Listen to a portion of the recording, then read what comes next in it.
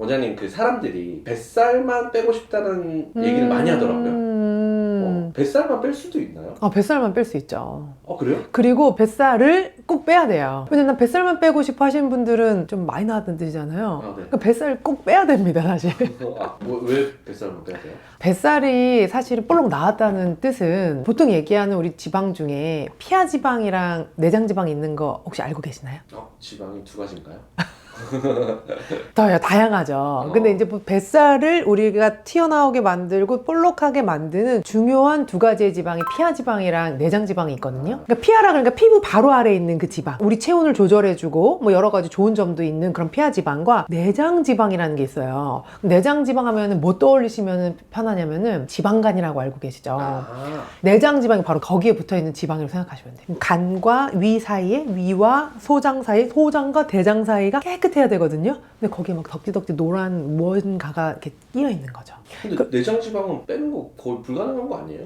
아닙니다. 오히려 내장 지방이 빼기 더 쉽습니다. 몇 가지의 중요한 것들만 지키신다면 뱃살이 빨리빨리 쏙 빠질 수 있거든요. 그래서 오늘 영상을 끝까지 꼭 잘 들어주셔서 뱃살이 쏙 하고 빠지셨으면 좋겠네요. 자, 그러면 말씀하신 내장 지방 위험한 이유가 뭐예요? 내장 지방이 위험한 이유는 굉장히 여러 가지인데요. 내장 지방은 제가 아까 장기와 장기 사이, 뭐 간이랑 소장, 대장 뭐 이런 사이인데 막 이렇게 낀다 그랬잖아요. 그렇기 때문에 이 주요 장기 기능을 떨어뜨리게 되고 이 주요 장기들이 일을 하는데 방해를 하게 됩니다. 그러니까 대사가 점점 나빠지게 되겠죠. 여러 가지 대사 질환을 유발시킬 수 있는데 그 중에 하나가 고지혈증, 그리고 또 하나는 이 내장 지방들이 인슐린의 어떤 원활한 기능을 방해하게 됩니다. 그래서 인슐린 저항성이 높아지게 되거든요. 그러면 혈당 조절이 잘 안 되는 거잖아요. 혈당 조절이 잘 안 되면 당뇨병이 생길 수 있겠죠.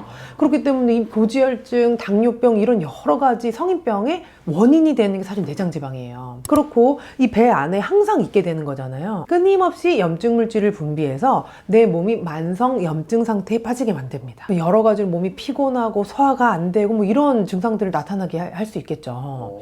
그러니까 내장 지방은 사실은 줄여야 되는 게 아니라 아예 없는 게 가장 좋은 겁니다. 오늘은 이 내장 지방을 빨리 없애는 8가지 방법에 대해서 알려드릴 건데요. 처음부터 끝까지 다 들으시고 한번 따라해 보시면 너무 좋을 것 같아요. 첫 번째는 식사 시간 지키기입니다. 일을 하다 보면 식사 때를 놓치는 때가 있죠. 또 뭔가 긴장해가지고 중요한 일 앞두고도 또 이제 식사를 거르실 때도 있고요. 식사를 거르면 어떻게 되죠? 그 다음 식사 때 많이 먹죠.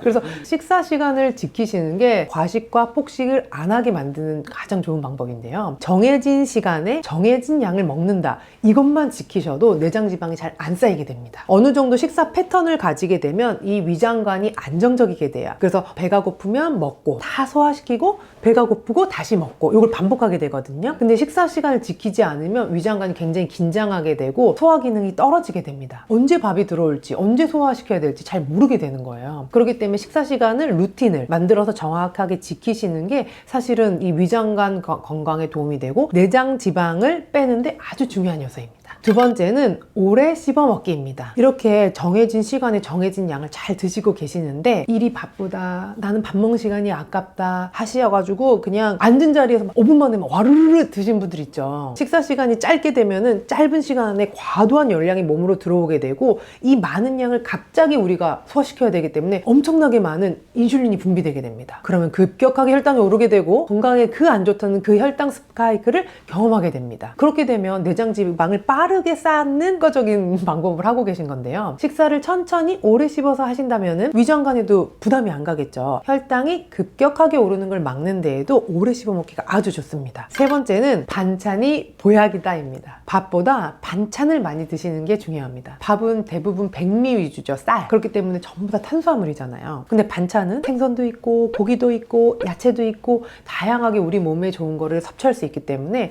밥보다는 반찬을 좀 많이 드시는 게 좋거든요. 그래서 백미를 만약에 주로 드시는 분이라면은 잡곡밥으로, 현미밥으로 드셔주시는 게 좋을 것 같고요. 잡곡밥이나 현미밥을 먹으면 아까 말씀드렸지만 저희가 오래 씹게 되잖아요. 그리고 식사 시간을 늘리는 데도 도움이 됩니다. 반찬에는 단백질이 꼭 포함되는 게 중요한데요. 단백질에는 두부, 콩, 생선, 달걀, 고기 너무 다양하죠. 왜냐하면 지방을 연소시키는데 단백질이 너무 중요합니다. 그리고 단백질 하면 근육이잖아요. 이 근육이 적당하게 있어야 대사가 활발하겠죠. 그렇기 때문에 대사가 활발해져야 이 내장 지방도 잘 빠지게 됩니다. 그리고 단백질을 먹으면 탄수화물보다 공복감이나 허기짐을 조금 덜하게 만들어주는 효과가 있어요. 그래서 배고픔을 빨리 느끼지 않게 되기도 합니다. 그렇기 때문에 반찬에 꼭 단백질을 포함해서 드시는 게 좋을 것 같아요. 그리고 네 번째는 아침은 황제처럼 저녁은 거지처럼입니다. 제가 이제 다이어트 상담할 때 그림을 많이 그려드리는데요. 이렇게 삼각형, 거꾸로 이렇게 작아지는 삼각형을 그려드려요. 왜냐면은 아침에 일어나서 먹는 양은 많이 드셔라. 왜냐면 하루 왼종일 소비하니까. 점심에 먹는 것도 우리 어느 정도 소비를 하죠. 그리고 그것도 소비하니까 어느 정도 드셔라. 근데 저녁은 먹고 2-3시간 뒤에 자야 하잖아요. 그렇기 때문에 조금만 드셔라.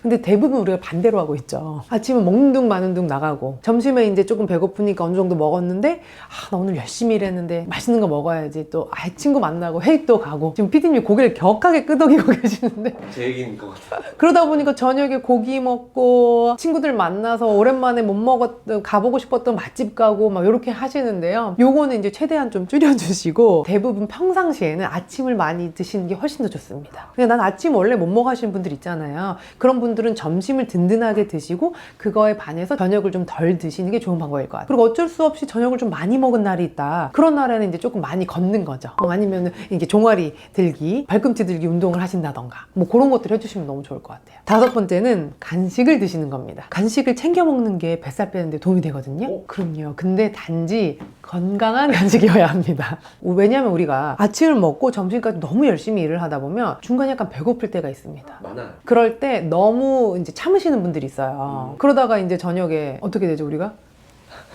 폭발하죠. 근데 이 배고픔이 과식과 폭식을 유발하는 가장 중요한 요인 중에 하나입니다. 제가 추천하는 간식은 견과류 다 좋습니다. 좋은 지방이 많기 때문에 포만감을 주는데 아주 큰 도움이 되고요. 또 이제 여러 가지 비타민, 미네랄들도 많이 들어가 있고 또 오독오독 씹어 먹기 때문에 씻기 능력만으로도 우리가 배고픔을 덜 느낄 수가 있어요. 아몬드, 호두, 잣, 마카다미아, 뭐 땅콩 다 좋습니다. 그런 것들 중에서 이제 일부를 한 움큼 정도 드셔주시는 거예요. 2번째는 당근입니다. 생당근이 의외로 맛있습니다, 여러분. 생당근이요? 네.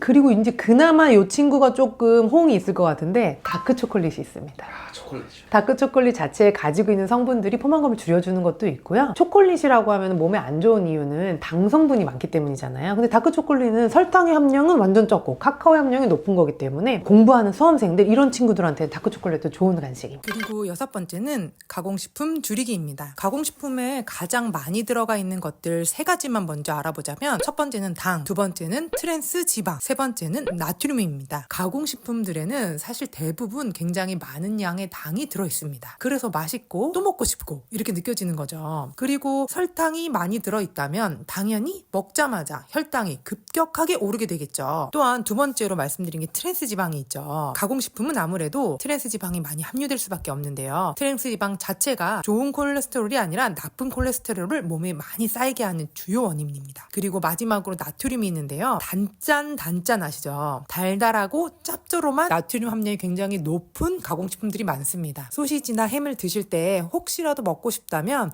물에 데쳐서 짠기를 좀 빼고 먹어라 이런 얘기 들어보셨죠? 너무 먹고 싶을 때 그런 방법이 있겠지만 가장 좋은 건 나트륨이 적은, 나트륨이 잘 없는 건강한 신선식품을 드시는 게 가장 좋겠죠. 7번째는 물 잘 마시기입니다. 물을 많이 먹는 게 중요한 게 아니고 물을 적당히 잘 드시는 게 중요한데요. 우리 몸에서 내장 지방이 빠져나가려고 하면 노폐물들이 막 나가줘야 되잖아요. 근데 우리 몸에서 노폐물이 빠져나가는 길이 어떤 게 있을까요? 소변? 그렇죠. 소변, 대변, 그리고 땀이 있습니다. 이런 것들이 잘 나가기 위해서는 적당량의 물이 필요합니다. 우리 몸을 깨끗하게 해독시키고 또 정화하고 또 적정 영양분들을 몸 곳곳으로 보내주는 것도 사실은 물이 기반이 된 혈액이잖아요. 그렇기 때문에 이제 물의 역할이 굉장히 중요한데요. 이 물은 몸을 독소를 밖으로 빠져나가게 해줄 뿐만 아니라 더 좋은 기능이 하나가 떠 있습니다. 물을 먹어서 흡수시키고 소화가 된 다음에 신장을 지나가잖아요. 그 신장이 굉장히 여러 가지 일을 많이 하거든요. 거기서 막